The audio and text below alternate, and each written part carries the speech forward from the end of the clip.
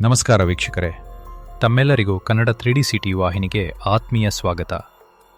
ಸ್ನೇಹಿತರೆ, ರಾತ್ರಿಯ ನೆಮ್ಮದಿಯ ನಿದ್ರೆಯ ಸಮಯದಲ್ಲಿ ಇದ್ದಕ್ಕಿದ್ದಂತೆ ನೀವು ಹಠಾತ್ ನಿದ್ರೆಯಿಂದ ಎದ್ದು ಕೂರುತ್ತೀರಾ. ಮುಖದಲ್ಲಿ ಯಾವುದೋ ಭಯ, ಆತಂಕ ಆವರಿಸಿರುತ್ತದೆ. ಇದಕ್ಕೆ ಕಾರಣ ನಿಮಗೆ ನಿಮ್ಮ ಕುಟುಂಬದ ಅಥವಾ ಇನ್ನಾರೋ ಒಬ್ಬರು ಈಗಾಗಲೇ ಮೃತಪಟ್ಟಂತಹ ಸದಸ್ಯರು ನಿಮ್ಮ ಕನಸಿನಲ್ಲಿ ಕಾಣಿಸಿಕೊಳ್ಳುವುದು. ಇದು ಮನಸ್ಸಿನ ಮೇಲೆ ಅದೆಷ್ಟು ಭಯವನ್ನು ಹುಟ್ಟಿಸುತ್ತದೆ ಎಂದರೆ ನಿಮ್ಮ ಮನಸ್ಸಿನ ಶಾಂತಿಯನ್ನೇ ಇದು ಕಸಿಯಬಹುದು. ಒಂದು ವೇಳೆ ಸತ್ತ ವ್ಯಕ್ತಿಗಳು ನಿರಂತರವಾಗಿ ಪದೇ ಪದೇ ನಿಮ್ಮ ಕನಸಿನಲ್ಲಿ ಅನಿಸುತ್ತಿದ್ದಾರೆ, ಯಾವುದೇ ವ್ಯಕ್ತಿಯಾಗಲಿ ಒಂದು ಕ್ಷಣ ಭಯಪಡುವುದು ಸಹಜವಾಗಿದೆ. ಹಾಗಿದ್ದಲ್ಲಿ ಈ ಕನಸಿನ ಅರ್ಥವಾದರೂ ಏನು? ಏಕೆ ಸತ್ತ ವ್ಯಕ್ತಿಗಳು ಕನಸಿನಲ್ಲಿ ಕಾಡುತ್ತಾರೆ? ಹಿಂದೂ ಧರ್ಮದ ಪ್ರಕಾರ ಇದರ ಹಿಂದಿನ ರಹಸ್ಯವಾದರೂ ಏನು? ವಿಜ್ಞಾನವು ಇದಕ್ಕೆ ಯಾವ ರೀತಿಯ ಕಾರಣವನ್ನು ನೀಡುತ್ತದೆ? ಕನಸಿನಲ್ಲಿ ಸತ್ತ ವ್ಯಕ್ತಿಗಳು ಪದೇ ಪದೇ ಬರುತ್ತಿದ್ದಾರೆ. ಕನಸು ಕಾಣುವ ವ್ಯಕ್ತಿಗೆ ಏನಾದರೂ ಅಪಾಯ ಅಥವಾ ಸಾವು ಸಂಭವಿಸುತ್ತದೆಯೇ ಎಂಬೆಲ್ಲ ರೋಚಕವಾದ ಮಾಹಿತಿಯನ್ನು ಇಂದಿನ ಈ ವಿಡಿಯೋದಲ್ಲಿ ತಿಳಿಯೋಣ. ಸ್ನೇಹಿತರೆ, ಸಾವಿರಾರು ವರ್ಷಗಳಿಂದಲೂ ಮಾನವನು ಕನಸುಗಳು ಏಕೆ ಬೀಳುತ್ತದೆ ಎಂದು ಉತ್ತರವನ್ನು ಹುಡುಕುತ್ತಾ ಬಂದಿದ್ದಾನೆ. ಇದಕ್ಕೆ ವಿಜ್ಞಾನದ ಮೂಲಕ ಉತ್ತರವನ್ನು ಹುಡುಕುವಾಗ ನಮಗೆ ತಿಳಿದು ಬಂದ ಉತ್ತರವೇನೆಂದರೆ, ನಾವು ಕಣ್ಣನ್ನು ಮುಚ್ಚಿ ಮಲಗಿದಾಗ ನಮ್ಮ ದೇಹವು ಸಂಪೂರ್ಣವಾದ ವಿಶ್ರಾಂತಿಯ ಸ್ಥಿತಿಗೆ ತಲುಪುತ್ತದೆ. ಆಗ ಮಾನವನ ಮೆದುಳು ಕೂಡ ಸಂಪೂರ್ಣವಾಗಿ ವಿಶ್ರಮಿಸುವುದಿಲ್ಲ. ಬದಲಿಗೆ ಮೆದುಳಿನ ಕೆಲವೊಂದು ಭಾಗವು ಅತ್ಯಂತ ಚಟುವಟಿಕೆಯಿಂದ ಕೆಲಸ ಮಾಡುತ್ತಿರುತ್ತದೆ. ಮಾನವನು ನಿಧಾನವಾಗಿ ಕ್ಷಿಪ್ರ ಕಣ್ಣಿನ ಚಲನೆಯ ನಿದ್ರಾವಸ್ಥೆಗೆ ತಲುಪುತ್ತದೆ. ಇದನ್ನು ರ್ಯಾಪಿಡ್ ಐ ಮೂಮೆಂಟ್ ಎಂದು ಕರೆಯುತ್ತಾರೆ. ಇಂತಹ ಸ್ಥಿತಿಯಲ್ಲಿ ಮಾನವನ ಮೆದುಳಿನಲ್ಲಿ ಉಂಟಾಗುವ ರಾಸಾಯನಿಕ ಕ್ರಿಯೆಗಳಿಂದ ಮಾನವನ ಭಾವನೆಗಳು, ಮಾನವನ ದೀರ್ಘಕಾಲದ ನೆನಪುಗಳು, ವ್ಯಕ್ತಿಯ ಆಸೆ ಮತ್ತು ಭಯ ಇವೆಲ್ಲವೂ ಸೇರಿ ಒಂದು ಮಿಶ್ರಕ್ರಿಯೆಯಾಗಿ ನಮಗೆ ಕನಸುಗಳು ಬೀಳುತ್ತದೆ ಎಂದು ವಿಜ್ಞಾನವು ಹೇಳುತ್ತದೆ. ಇನ್ನು ನಮ್ಮ ಯೋಗಶಾಸ್ತ್ರ ಮತ್ತು ಉಪನಿಷತ್ತುಗಳಲ್ಲಿ ಉಲ್ಲೇಖವಾದಂತೆ ನೋಡುವುದಾದರೆ, ಮಾನವನು 3 ರೀತಿಯ ಪ್ರಜ್ಞಾ ವ್ಯವಸ್ಥೆಯನ್ನು ಹೊಂದಿದ್ದಾನೆ. ಅದರಲ್ಲಿ ಮೊದಲನೆಯದಾಗಿ ಜಾಗೃತ ಮನಸ್ಸಿನ ಸ್ಥಿತಿ, ಅಥವಾ ಎಚ್ಚರವಿರುವಾಗ ಇರುವ ಸ್ಥಿತಿ, ಅಥವಾ ಇದು ಈಗ ನಾವಿರುವ ಸ್ಥಿತಿಯಾಗಿದೆ. ಇನ್ನು ಎರಡನೆಯಡೆಂದರೆ ಅದುವೇ ಸ್ವಪ್ನ ಸ್ಥಿತಿ. ಇದು ಕನಸಿನ ಲೋಕವಾಗಿದ್ದು ಈ ಸ್ಥಿತಿಯಲ್ಲಿಯೇ ನಮಗೆ ಕನಸುಗಳು ಬೀಳುತ್ತವೆ. ಮತ್ತು ಮೂರನೆಯ ಸ್ಥಿತಿ ಎಂದರೆ ಅದುವೇ ಗಾಢನಿದ್ರೆಯ ಸ್ಥಿತಿಯಾಗಿದೆ. ಇಲ್ಲಿ ಮಾನವನು ತನ್ನನ್ನು ತಾನು ಸಂಪೂರ್ಣವಾಗಿ ಮರೆತು ನಿದ್ರಿಸುತ್ತಾನೆ. ಈ ಸ್ಥಿತಿಯಲ್ಲಿ ಯಾವುದೇ ಕನಸುಗಳು ಬೀಳುವುದಿಲ್ಲ. ಪ್ರಾಚೀನ ಋಷಿಗಳು ಹೇಳುವಂತೆ ಸ್ವಪ್ನ ಸ್ಥಿತಿಯಲ್ಲಿ ಮಾನವನು ಕಾಣುವ ಕನಸು ಕೇವಲ ಒಂದು ಮೆದುಳಿನ ಕಲ್ಪನೆಯಾಗಿರದೆ ಅದು ನಮ್ಮ ಅಜ್ಞಾತ ಮನಸ್ಸನ್ನು ಮತ್ತು ಆತ್ಮದ ನಡುವಿನ ಸಂಪರ್ಕವನ್ನು ಸಾಧಿಸುವ ಸೇತುವೆಯಾಗಿ ಕೆಲಸ ಮಾಡುತ್ತದೆ. ಇದೇ ಕಾರಣಕ್ಕೆ ನಮಗೆ ಬಹುಪಾಲು ಬೀಳುವ ಕನಸುಗಳು ನೆನಪಿನಲ್ಲಿ ಉಳಿಯುವುದಿಲ್ಲ, ಕೇವಲ ನಮಗೆ ಎಚ್ಚರಿಸುವಂತಹ. ಸತ್ತವರ ಕನಸು ಮತ್ತು ಭಯ ಹುಟ್ಟಿಸುವ ಕನಸುಗಳು ಮಾತ್ರ ನೆನಪಿರುತ್ತದೆ ಎಂದು ಹೇಳಲಾಗುತ್ತದೆ. ಗರುಡ ಪುರಾಣದಲ್ಲಿ ಉಲ್ಲೇಖವಾದಂತೆ ಇಂತಹ ಕನಸಿಗೆ ಕಾರಣವೆಂದರೆ, ಮರಣವನ್ನು ಹೊಂದಿದ ವ್ಯಕ್ತಿಯ ಆತ್ಮವು ಸಂಪೂರ್ಣವಾಗಿ ದೂರ ಹೋಗಿರುವುದಿಲ್ಲ. ಕೆಲವು ಆತ್ಮಗಳು ಕುಟುಂಬದವರ ಚಿಂತೆಯಲ್ಲಿ ಕಾರಣಕ್ಕಾಗಿ ಭೂಮಿಯಲ್ಲಿಯೇ ಉಳಿದುಬಿಡುತ್ತದೆ. ವಿಶೇಷವಾಗಿ ಅಪೂರ್ಣವಾದ ಆಸೆಗಳನ್ನು ಇಟ್ಟುಕೊಂಡು ಅದನ್ನು ಪೂರ್ಣಗೊಳಿಸಲು ಸಾಧ್ಯವಾಗದ ಆತ್ಮಗಳು, ಹಠಾತ್ ಮರಣ ಅಥವಾ ಅಕಾಲಿಕ ಮರಣವನ್ನು ಹೊಂದಿದ ಆತ್ಮಗಳು, ಮತ್ತು ಕುಟುಂಬದ ಅಥವಾ ಕುಟುಂಬದವರ ಮೇಲಿನ ಅತಿಯಾದ ಆಸೆಯನ್ನು ಇಟ್ಟುಕೊಂಡು ಮರಣವನ್ನಪ್ಪಿದ ಆತ್ಮಗಳು ಭೂಮಿಯಲ್ಲಿಯೇ ಉಳಿದುಬಿಡುತ್ತದೆ. ಈ ಆತ್ಮಗಳ ಪ್ರಭಾವದಿಂದಲೇ ಕುಟುಂಬದ ಸದಸ್ಯರಿಗೆ ಕನಸಿನಲ್ಲಿ ಸಂವಹನ ನಡೆಸುತ್ತವೆ. ಇದು ನಿಜವೇ ಅಥವಾ ಒಂದು ಮನಸ್ಸಿನ ಭ್ರಮೆಯೇ ಎಂಬ ಪ್ರಶ್ನೆಗೆ ಸ್ಪಷ್ಟ ಉತ್ತರ ಇನ್ನೂ ಕೂಡ ಸಿಕ್ಕಿಲ್ಲ. ಹಾಗಿದ್ದಲ್ಲಿ ಸತ್ತವರು ಕನಸಿನಲ್ಲಿ ಬರುವುದರ ಹಿಂದಿನ ಅರ್ಥವನ್ನು ನೋಡುವುದಾದರೆ, ಮೃತ ವ್ಯಕ್ತಿಗಳು ಕನಸಿನಲ್ಲಿ ನಗುತ್ತಾ ಕಾಣಿಸಿದರೆ ಅದನ್ನು ಒಳ್ಳೆಯ ಸೂಚನೆ ಎಂದು ಹೇಳಲಾಗುತ್ತದೆ. ಇದರಿಂದ ಮೃತ ಆತ್ಮವು ಸಂತೃಪ್ತಿಯಾಗಿದೆ.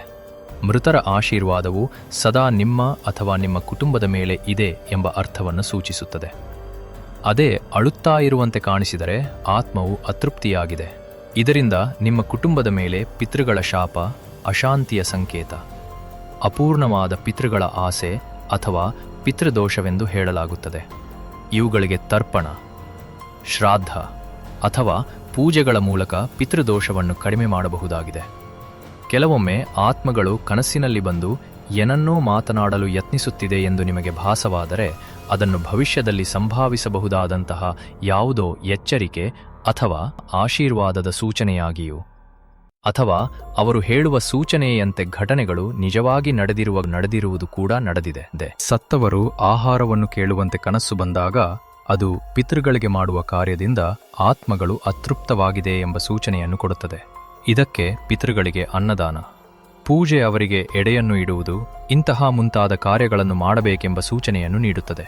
ಮತ್ತು ಕೆಲವೊಮ್ಮೆ ಮೃತ ಆತ್ಮಗಳು ಏನನ್ನೂ ಮಾತನಾಡದೆ ಸುಮ್ಮನೆ ಮೌನವಾಗಿ ನಿಂತು ನಿಮ್ಮನ್ನೇ ನೋಡುತ್ತಿದೆ ಎಂಬ ಕನಸು ಬಿದ್ದಾಗ ಅದು ಮನಸ್ಸಿನ ಭಯ ಅಥವಾ ಪಾಪಪ್ರಜ್ಞೆಯ ಮನಸ್ಥಿತಿಯನ್ನು ಸೂಚಿಸುತ್ತದೆ ಮತ್ತು ಇದನ್ನು ಆತ್ಮದ ಸಂಪರ್ಕವೆಂದು ಭಾವಿಸಲಾಗುತ್ತದೆ. ಕನಸುಗಳು ಏನೇ ಇದ್ದರೂ ಮೃತರು ಒಮ್ಮೆ ಕನಸಿನಲ್ಲಿ ಬಂದಾಗ ಭಯವಾಗುವುದು ಅತ್ಯಂತ ಸಾಮಾನ್ಯವಾಗಿದೆ ಮತ್ತು ಇವುಗಳಿಗೆ ವಿಭಿನ್ನವಾದ ಅರ್ಥವನ್ನು ನೀಡುತ್ತದೆ. ಇಂತಹ ಎಲ್ಲಾ ವಿಷಯಗಳ ಬಗ್ಗೆ ನಮಗೆ ಮಾಹಿತಿಯನ್ನು ನೀಡುವ ಗ್ರಂಥವೆಂದರೆ ಅದುವೇ ಗರುಡ ಪುರಾಣವಾಗಿದೆ. ವ್ಯಕ್ತಿಯು ಮೃತನಾಗಿ 10 ರಿಂದ 11 ದಿನಗಳ ಕಾಲ ಶ್ರಾದ್ದ ಕಾರ್ಯಗಳನ್ನು ಮುಗಿಸಿದ ನಂತರ ಆತ್ಮವು ಪಿತೃಲೋಕಕ್ಕೆ ತೆರಳುತ್ತದೆ. ಪಿತೃಲೋಕ ಎಂದರೆ ಅದೊಂದು ಕೇವಲ ಆತ್ಮಗಳೇ ಇರುವಂತಹ ಒಂದು ಸೂಕ್ಷ್ಮ ಲೋಕವಾಗಿದೆ ಮತ್ತು ಪಿತೃಗಳು ತಮ್ಮ ಕುಟುಂಬದವರಿಗೆ ಸಂಭವಿಸುವ ಹಲವಾರು ತೊಂದರೆಗಳಿಗೆ, ಸಂಭವಿಸಬಹುದಾದ ಘಟನೆಗಳಿಗೆ ಕನಸಿನ ಮೂಲಕ ಮುನ್ಸೂಚನೆಯನ್ನು ನೀಡುತ್ತಾರೆ. ಕೇವಲ ಸತ್ತವರ ಕನಸನ್ನು ಕಾಣುವುದು ಭಯಾನಕವಾಗಿ ಆಘಾತವನ್ನು ಉಂಟುಮಾರುವಂತಹ ಕನಸುಗಳು. ಪೂರ್ವಜರು ಯಾವಾಗಲೂ ಕರೆದಂತೆ ಕನಸ್ಸು ಬೀಳುವುದು ಎಲ್ಲವೂ ಪಿತೃಗಳ ದೋಷದ ಕಾರಣದಿಂದ ಉಂಟಾಗುತ್ತದೆ ಎಂದು ಗರುಡ ಪುರಾಣದಲ್ಲಿ ಹೇಳಲಾಗುತ್ತದೆ. ಇನ್ನು ವಿಜ್ಞಾನದ ಪ್ರಕಾರ ನಾವು ಇದನ್ನು ನೋಡುವುದಾದರೆ, ಹಠಾತ್ತಾಗಿ ನಮ್ಮನ್ನು ಬಿಟ್ಟತು ಹೋಗುವ ವ್ಯಕ್ತಿಯಿಂದ ನಾವೇನಾದರೂ ಹೇಳಬೇಕಿದ್ದ ಮಾತು ಅಥವಾ ಕ್ಷಮೆಯನ್ನು ಕೇಳಬೇಕೆಂದು ಅಥವಾ ಇನ್ನವುದೋ ಭಾವನೆಯನ್ನು ಅವರ ಮೇಲೆ ಹೊಂದಿದ್ದು ಅದನ್ನು ಪೂರ್ಣಗೊಳಿಸದಿದ್ದಾಗ ಸತ್ತವರ ಮೇಲಿನ ಭಾವನೆಯ ಪರಿಣಾಮವಾಗಿ ಅವರ ನೆನಪುಗಳು ಸೂಕ್ತ ಮನಸ್ಸಿನಲ್ಲಿ ಉಳಿದುಕೊಳ್ಳುವ ಕಾರಣಕ್ಕೆ ಮೆದುಳಿನಲ್ಲಿ ಉಂಟಾಗುವ ರಾಸಾಯನಿಕ ಕ್ರಿಯೆಗಳಿಂದ ವ್ಯಕ್ತಿಗಳು ಕನಸಿನಲ್ಲಿ ಬರುತ್ತಾರೆ. ಮಾನವನ ಮೆದುಳು ಒಂದು ಯಂತ್ರವಿದ್ದಂತೆ.